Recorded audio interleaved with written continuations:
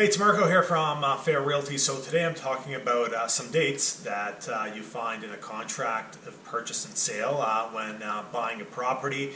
And I'm going to be talking about my experiences specifically in Victoria, BC. So some of the dates you see are completion, possession, adjustment date. The adjustment date is the date that you adjust with the other party for some shared responsibility in terms of costs like property taxes, strata fees, utilities, etc. But I'll talk about the adjustment date in another video. Today I'm talking about completion and possession date. So completion date is the day you pay for the property and the title is transferred, and the possession day and time is when you actually get the keys to the property. So in Victoria, I would say about 60 to 70% of the time I see the possession date one day after the completion date. So if the completion date is Friday, I see the possession date, for example, Saturday at noon, 60 to 70% of the time. The other 30 to 40% of the time, I see the possession the same day at 5 p.m. So if completion is on a Friday, the possession time is 5 p.m. on a Friday, allowing for the property to complete during business hours. How I choose to write the contracts is I vary it depending on whether I'm working with the buyer or the seller. So if I'm working with the buyer, we always draft a contract with the possession being 5 p.m. the same day. Why is that? Because when the buyer is paying, they would preferably like to have the keys earlier, the better.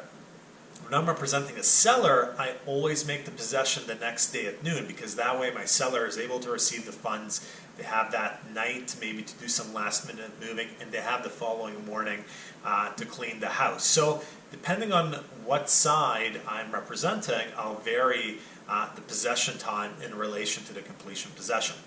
If you're buying a property, if you're selling a property and then buying a property, ideally how you want to set it up, and it does not always work like this, is you want to try to set it up where on the sale you complete on the property and you give possession to your buyers the following day, but on the purchase you complete that day and you get possession that day, so you can start moving your stuff from your house to the house you bought at approximately 5 p.m. and then the following morning you have enough time to clean your house. I am going to put a huge caveat on this.